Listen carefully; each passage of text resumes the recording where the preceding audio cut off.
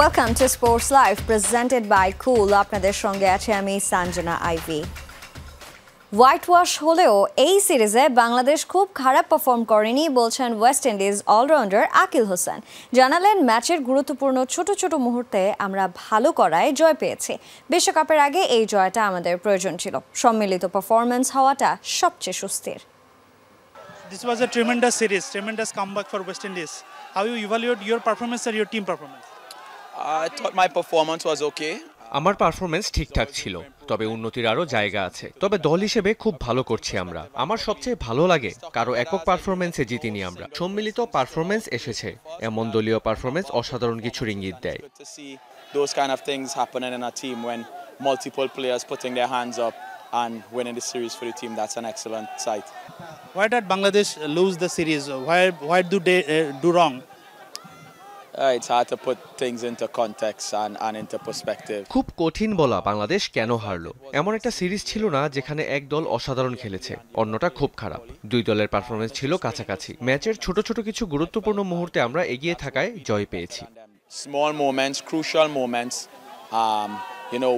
We were able to come out on top in those moments. Do you enjoy the series and how was the crowd in Chittagong? The crowd is fantastic. Yes, must enjoy the series. বাংলাদেশের দর্শক অসাধারণ। আমরা away দল হওয়ার পরও অনেক ভালোবাসা ও সমর্থন পেয়েছি। দর্শকদের অনেক ধন্যবাদ আমাদের সাপোর্ট করার জন্য। But they give us lots of love and support as well when we do well, and kudos to the crowd. Thank them for coming out and making this series an enjoyable one. Thank you so much for giving us time. Thank you. দর্শক, আকিল হোসেন যেমনটা বলছিলেন যে আসলে বাংলাদেশ দলের খারাপ করার পেছনে বড় কোনো কারণ নেই, আসলে ওয়েস্ট ইন্ডিজ সম্মিলিতভাবেই ভালো পারফরমেন্স করেছে। হাসিনুর রহমান, যমুনা স্পোর্টস, চট্টগ্রাম। ওয়েস্ট ইন্ডিজের বিপক্ষে টি-20 সিরিজের হোয়াইট ওয়াশ হওয়ার পেছনে টানা খেলার ঝক্কিকে টানলেন cricket operations chairman Nazmul Abedin Fahim. তার ডিপার্টমেন্টে থাকবে ছায়া কমিটি, এমন গুঞ্জন উড়িয়ে দিলেন স্বয়ং বিসিবির ক্রিকেট অপস চেয়ারম্যান। বলছেন এভাবে কমিটি করে স্ট্যান্ডিং কমিটিকে অবমূল্যায়িত করার সুযোগ নেই। নাজমুল হোসেন শান্তর হুট করে টেস্ট ক্যাপ্টেন্সি ছাড়ার সিদ্ধান্তে শান্তর সঙ্গে নাজমুল আবেদিন ফাহিমের যোগাযোগহীনতা ছিল স্পষ্ট। দিন কয়েক আগে আবারও শান্তকে অধিনায়কত্বের প্রস্তাব দেন ফাহিম। সেবার ফিরিয়ে দিলেও শুক্রবার রাতে বোর্ড সভাপতির করা প্রস্তাব ফেরাতে পারেননি শান্ত। 2027 টেস্ট সাইকেল পর্যন্ত টাইগারদের ক্যাপ্টেন, একসময়ের 3 ফরম্যাটের অধিনায়ক। শোনা যায় নানাবিধ এসব ঘটনায় ক্রিকেট অপস চেয়ারম্যানের ওপর নাখোশ হয়েছিলেন বোর্ড প্রেসিডেন্ট। এমনকি শোনা গেছে ক্রিকেট পরিচালনা বিভাগে থাকবে একটা ছায়া কমিটি, যে কমিটির সদস্য দেশের সাবেক 3 অধিনায়ক। ছায়া কমিটিতে কোনো সুযোগ নেই।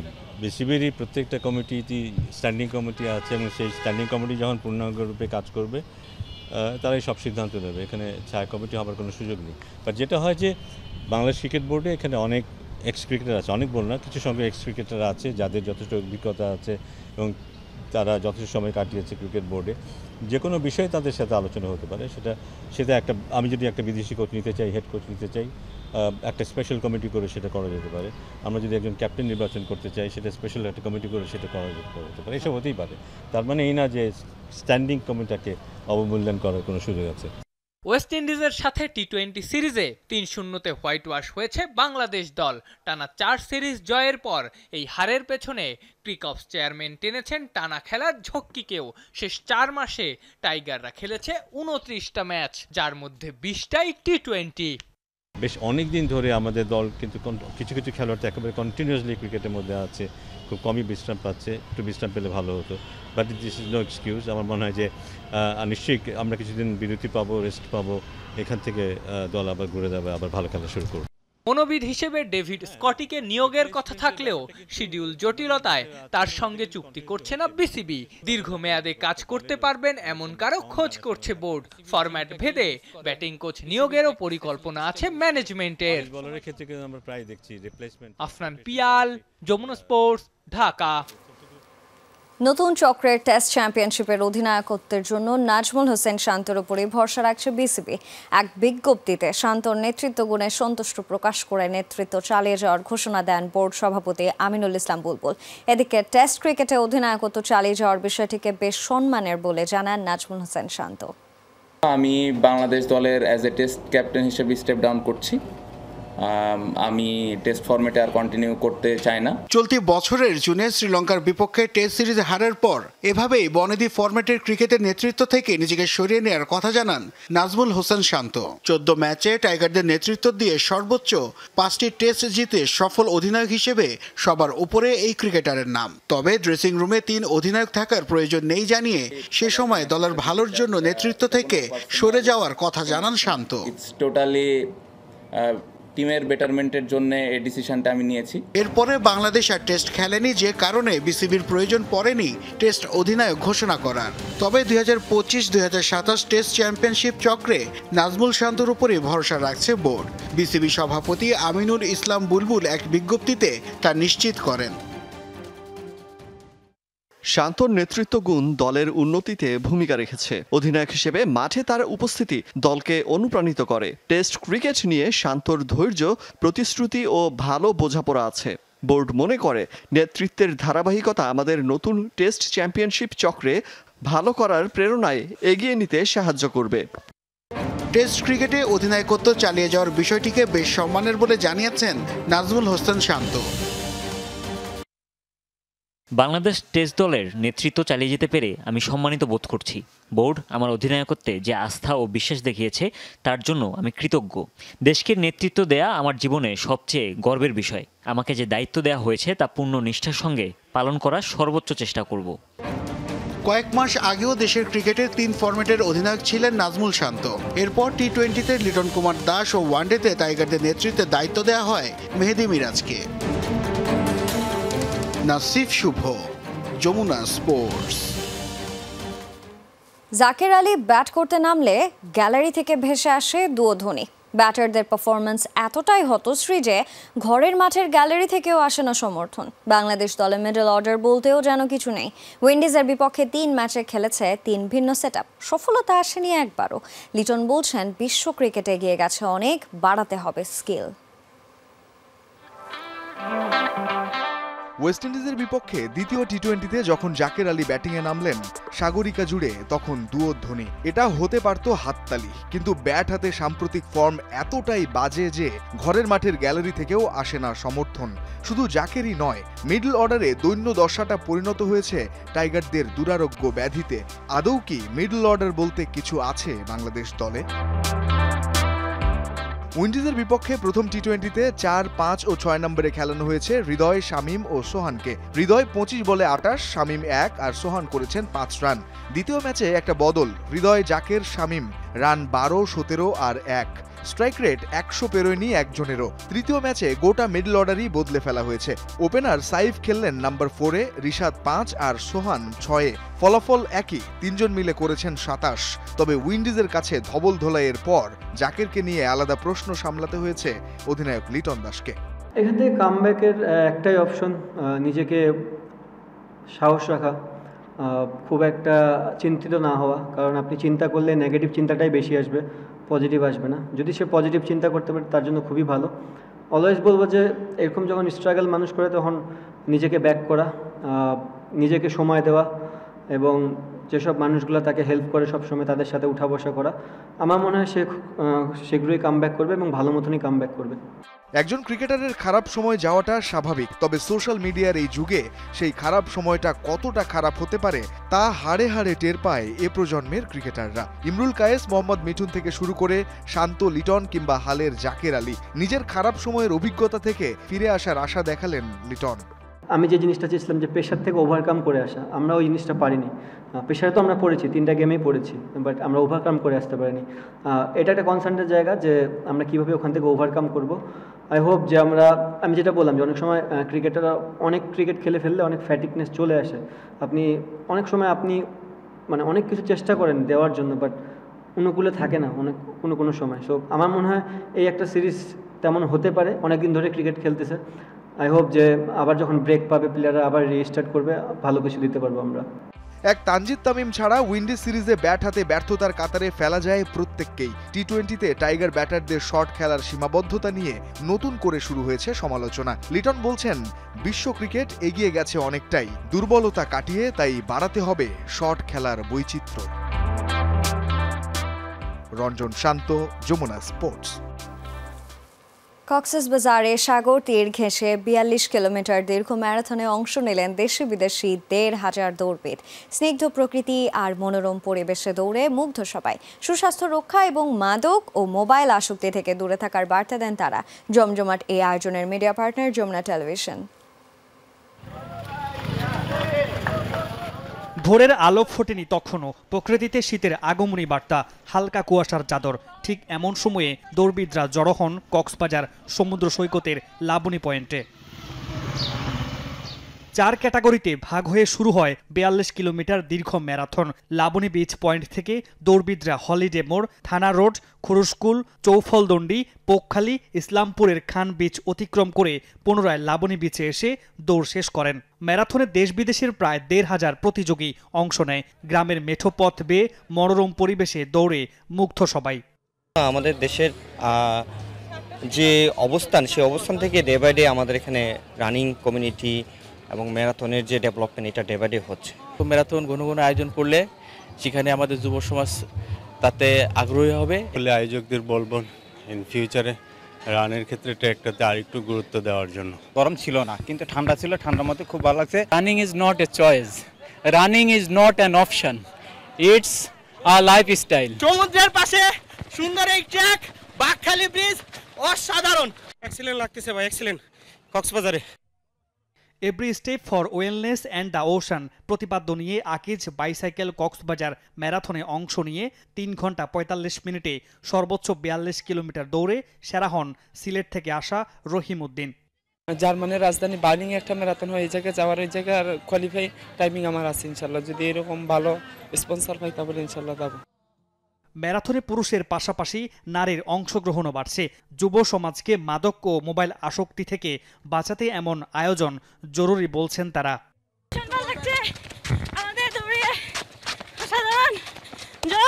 উইদাউট এনি হেজিটেশন ছাড়া খুব সুন্দর করে রানটা কমপ্লিট করতে পেরেছি। আমি কিন্তু দৌড়াচ্ছি না, আমি হাঁটছি। আমি আসলে এনজয় করার চেষ্টা করতেছি সিনারিটা। শিশু কিছু আছে তারা যাতে মাদকের সাথে না যুক্ত হয়, তার জন্য আমাদের এই দৌড়, এই বার্তা পৌঁছে দেওয়ার জন্য তারা যাতে দৌড়ের সাথে কানেক্টেড থাকে। কক্সবাজার রানার্স কমিউনিটির উদ্যোগে জেলা প্রশাসনের সহযোগিতায় এই ম্যারাথনের title sponsor Akij bicycle, powered by Chuti beach resort এবং মিডিয়া পার্টনার যমুনা টেলিভিশন। বাটার সময় বিসিও আয়োজন করতে পারে, বিভিন্ন ভিন্নধর্মী চিন্তা এখানকার ট্যুরিজমকে বাড়াবে, সাথে সাথে মানুষের মাঝে সম্প্রীতি বাড়বে। এর মাধ্যমে আমাদের নতুন যুব সমাজ সামনের দিকে তারা আরো উদ্যমী হবে, দেশকে এগিয়ে নিবে, নিজেকে তারা গড়ে তুলবে। আমরা যদি রান করি, আমরা যদি নিয়মিত দৌড়াই, আমাদের ফিটনেসটা ঠিক থাকবে এবং আমাদের ওভারঅল স্বাস্থ্য এবং বিজনেস সবকিছুই ভালো থাকবে। মামুন রশিদ অভি, যমুনা নিউজ। বাংলাদেশ নারী ক্রীড়া সংস্থার ঘোষিত অ্যাডহক কমিটি নিয়ে উঠছে নানা প্রশ্ন। 8.5 বছর সংস্থাটির অ্যাডহক কমিটির সাধারণ সম্পাদকের দায়িত্ব পালন করা ফিরোজা করিম নেলিকে আবারও দায়িত্ব দেওয়া হয়েছে। জাতীয় পুরস্কারপ্রাপ্ত অ্যাথলেট কামরুন নাহার ডানা সহ সাবেকরা এতে তীব্র নিন্দা জানিয়ে দ্রুত কমিটি বাতিলের দাবি জানান। আর জাতীয় ক্রীড়া পরিষদের নির্বাহী পরিচালক বলেন, দ্রুত এই সংস্থায় নির্বাচন আয়োজনের জন্য নেলিকে আবারও দেওয়া হয়েছে সাধারণ সম্পাদকের দায়িত্ব। মেহেদি নাইমের রিপোর্ট। তাদেরকে আমরা জায়গা দিতে পারতাম না মাটিতে, কারণ আমি যখন জিআরসিটি হলাম সম্ভবত এপ্রিলের 3 এদিক ওদিক হতে পারে ডেট, পরদিনই আমি তখনকার ডাইরেক্টর প্ল্যানিং চিঠি দিয়েছি। 2 মেয়াদে দীর্ঘ 10 বছর বাংলাদেশ মহিলা ক্রীড়া সংস্থার সাধারণ সম্পাদক ছিলেন একসময়ের দেশের অ্যাথলিট কামরুন নাহার ডানা। এরপর 8 বছর টানা দায়িত্বে ছিলেন ফিরোজা করিম নেলি। নতুন কমিটিতে তাকেই আবার দায়িত্বে দেখে অবাক হয়েছেন কামরুন নাহার ডানা। আমরা অসম্ভবভাবে বিস্মিত এবং লজ্জাবোধ করছি। আমরা এখানে কারো মা, কারো বউ, এরকম কোনো নাম কাওয়াস্তে সংগঠক চাই না। আমরা জায়গা পাবো না, কারো বউ মা সেখানে জায়গা দখল করবে, এটা তো হতে পারে না। কি খেলাধুলা কি জানে ওরা করছে কি? তাহলে আমরা যারা 40 বছর, 30 বছর, 50 বছর খেলাধুলা করার পর খেলাধুলার জন্য কাজ করলাম সংগঠনে, তাদের স্থান কোথায় হবে? 8.5 বছর বিগত কমিটির সময় সে ছিল, সে এখন তো সে অবৈধই বলবো। তারাও এই পদগুলো দখল করে আছে, যার কারণে আমাদের যে ন্যাশনাল লেভেলে অনেক খেলোয়াড় আছে, তারা এই মহিলা ক্রীড়া সংস্থার কোনো সদস্য পদে জয়েন করতে পারে না, তারা ঢুকতেই পায় না। ক্রীড়া উপদেষ্টা আসিফ মাহমুদ বলেছিলেন, কোনো ফেডারেশন কিংবা কোনো ক্রীড়া সংস্থার একই পদে 2 মেয়াদের বেশি থাকা যাবে না। কিন্তু বাংলাদেশ মহিলা ক্রীড়া সংস্থার সাধারণ সম্পাদক পদে ফিরোজা করিম নেলি আছেন প্রায় 8.5 বছরের বেশি সময়। যেটি কিনা নিয়মের পরিপন্থী। জাতীয় ক্রীড়া পরিষদের নির্বাহী পরিচালকের কাছে প্রশ্ন, তাহলে বাকি সব ফেডারেশনে কেন আগে সাধারণ সম্পাদক পুনর্বহাল করা হলো না? কিন্তু আগে রাখলে তো আপনারা তখন বলতেন যে ফ্যাসিস্টের লোকজন আমরা রেখে দিয়েছি। না, এটা ফ্যাসিস্ট। আপনি যেটা বলেছেন, আমি ওনার সাথে কথা বলেছি যে আপনার এর আগের এই ধরনের আপনার কোনো ধরনের সম্পৃক্ততা আছে কিনা। উনি কিন্তু ডিনাই করেছেন। ফিরোজা করিম নেলি নিজেও কলাবাগান থানা আওয়ামী লীগের ভাইস প্রেসিডেন্ট, এবং তাদের প্রাউড করে বলতো, আমাদের একটা মিটিংয়ে ফিরোজা করিম নেলি বলেছিল, তোরা তো সব আওয়ামী লীগের পা ধরে আসছিস, আর আমরা আওয়ামী লীগ করি, শেখ হাসিনা আমাদের। সার্চ কমিটি চলতি বছর মহিলা ক্রীড়া সংস্থার যে খসড়া কমিটি দিয়েছিল, সেখানকার বেশিরভাগই ছিল জাতীয় ক্রীড়া পুরস্কার প্রাপ্ত সাবেক নারী অ্যাথলিটদের আধিক্য। সেই সার্চ কমিটির মেয়াদ শেষ, সার্চ করা অ্যাথলিটদের জায়গাও শেষ। আমরা অলরেডি চিঠি দিয়েছি সব ইয়াগুলিতে নির্বাচনের প্রস্তুতি নেওয়ার জন্য, তো ইনশাল্লাহ এটা হয়তো একটা সলিউশন হতে পারে। গেল 8.5 বছর সংস্থাটির বিভিন্ন খরচের অডিট রিপোর্ট জাতীয় ক্রীড়া পরিষদে নিয়মিত দেয়নি। ভঙ্গুর সংস্থাটি দেশের নারীদের ক্রীড়া উন্নয়নে কতটা ভূমিকা রাখবে, সেটাই এখন প্রশ্ন। মেহেদি নাইম, যমুনা স্পোর্টস, ঢাকা। এবারে সময় হলো একটি স্ট্র্যাটেজিক টাইম আউটের, সো স্টে কানেক্টেড। এবারে এনসিএল এর খবর। রংপুরের বিপক্ষে মাহফিজুল ইসলাম রবিন ও নাইম শেখের জোড়া সেঞ্চুরিতে বড় সংগ্রহের পথে ময়মনসিংহ। প্রথম দিন শেষে তাদের সংগ্রহ 2 উইকেটে 281 রান। কক্সবাজার একাডেমিক গ্রাউন্ডে আগে ব্যাট করতে নেমে 220 রানের উদ্বোধনী জুটি গড়েন মাহফিজুল ইসলাম রবিন ও নাইম শেখ। জুটি ভাঙে 111 রানে নাইম ফিরলে তাকে শিকার করেন মোহাম্মদ আবু হাশিম। এর কিছুক্ষণ পরে আউট হন রবিনও। জাহিদ জাভেদের বলে 127 রানে এলবিডব্লিউর ফাঁদে পড়েন তিনি। এরপর দলের হাল ধরেন আইচ মোল্লা ও আব্দুল মজিদ। দিন শেষে আইচ 23 রানে ও মজিদ 8 রানে অপরাজিত আছেন। মুন্সিগঞ্জের ধলেশ্বরীতে অনুষ্ঠিত হয়ে গেল 21তম জাতীয় দূরপাল্লা সাঁতার প্রতিযোগিতা। এতে অংশ নেন 12 নারী সাঁতারু সহ 35 জন। পুরুষ বিভাগে প্রথম হয়েছেন সেনাবাহিনীর ফয়সাল আহমেদ, আর নারী বিভাগে প্রথম হয়েছেন নৌবাহিনীর সোনিয়া আক্তার। প্রথমবারের মতো মুন্সিগঞ্জে এমন আয়োজনে উচ্ছ্বসিত স্থানীয়রা। ধলেশ্বরীর বুকে প্রথমবারের মতো জাতীয় দূরপাল্লার সাঁতার প্রতিযোগিতা। অংশ নেন নারী পুরুষ 2 বিভাগে 35 সাঁতারু। নারায়ণগঞ্জের বক্তাবলী লঞ্চঘাট থেকে 10 কিলোমিটার দূরত্বে সাঁতার শুরু করেন 23 পুরুষ সাঁতারু, আর 7 কিলোমিটার দূরত্বে সাঁতার শুরু করেন 12 নারী সাঁতারু।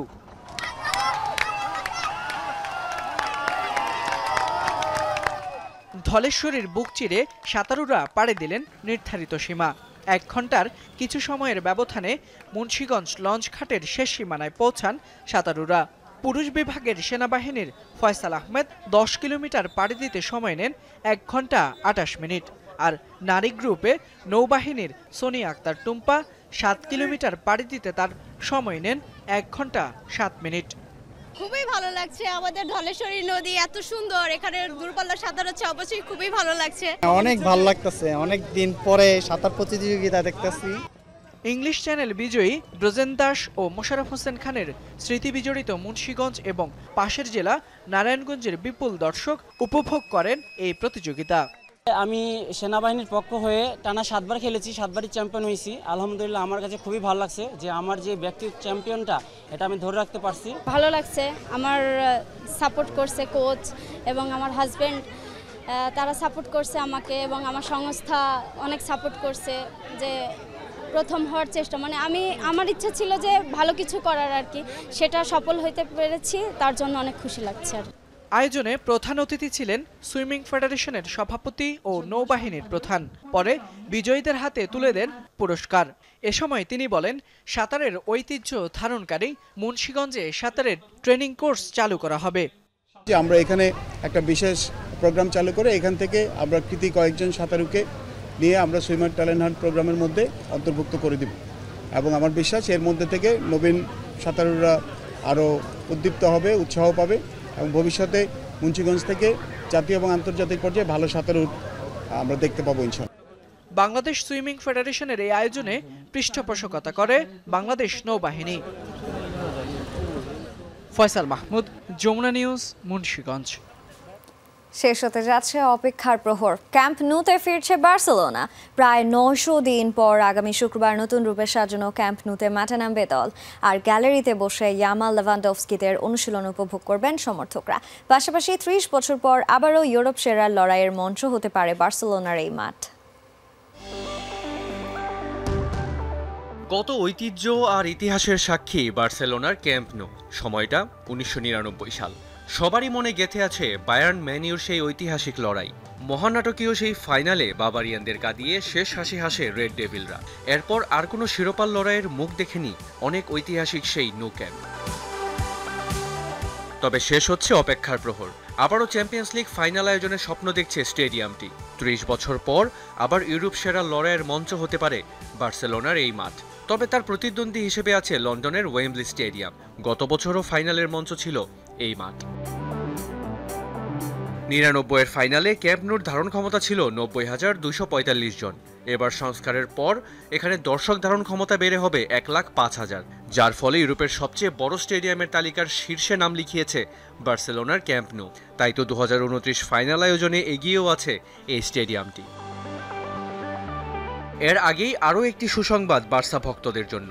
অবশেষে ঐতিহ্যবাহী ক্যাম্প নো স্টেডিয়ামে ফিরছে বার্সেলোনা। ফুটবল আর সমর্থকদের পদচারণায় আবারও মুখরিত হয়ে উঠবে ক্যাম্প নো। বর্তমানে বার্সেলোনার হোম ভেন্যু সংস্কারাধীন থাকলেও সমর্থকদের জন্য উন্মুক্ত অনুশীলনের আয়োজন করবে বার্সা। আগামী শুক্রবার এই মাঠে সমর্থকদের সামনে অনুশীলন করবেন লামিনে ইয়ামাল, রবার্ট লেভানডফস্কিরা। তবে এখনই কোনো ম্যাচের আয়োজন করবে না কাতালানরা। সেখানে যদি সবকিছু ঠিকঠাক হয় তবে লা লিগার ম্যাচ আয়োজনের পথে বিশাল এক ধাপ এগিয়ে যাবে বার্সেলোনা। 25,991 দর্শক নিয়ে ক্যাম্প নোতে খেলা আয়োজনের অনুমতি পেয়েছে লা লিগা চ্যাম্পিয়নরা। তবে প্রায় 45,500 দর্শকের অনুমতি চেয়েছে ক্লাবটি। সেটি পেতে দরকার আরও কিছু সংস্কার। প্রায় 900 দিন পর নতুন রূপে সাজানো ক্যাম্প নোতে মাঠে নামবে দল। আর গ্যালারিতে বসে তা উপভোগ করবেন সমর্থকরা। রিয়ান রাফতি, যমুনা স্পোর্টস। আর এই ছিল আজকে স্পোর্টস লাইভে। এতক্ষণ সঙ্গে থাকার জন্য সবাইকে ধন্যবাদ। আল্লাহ হাফেজ।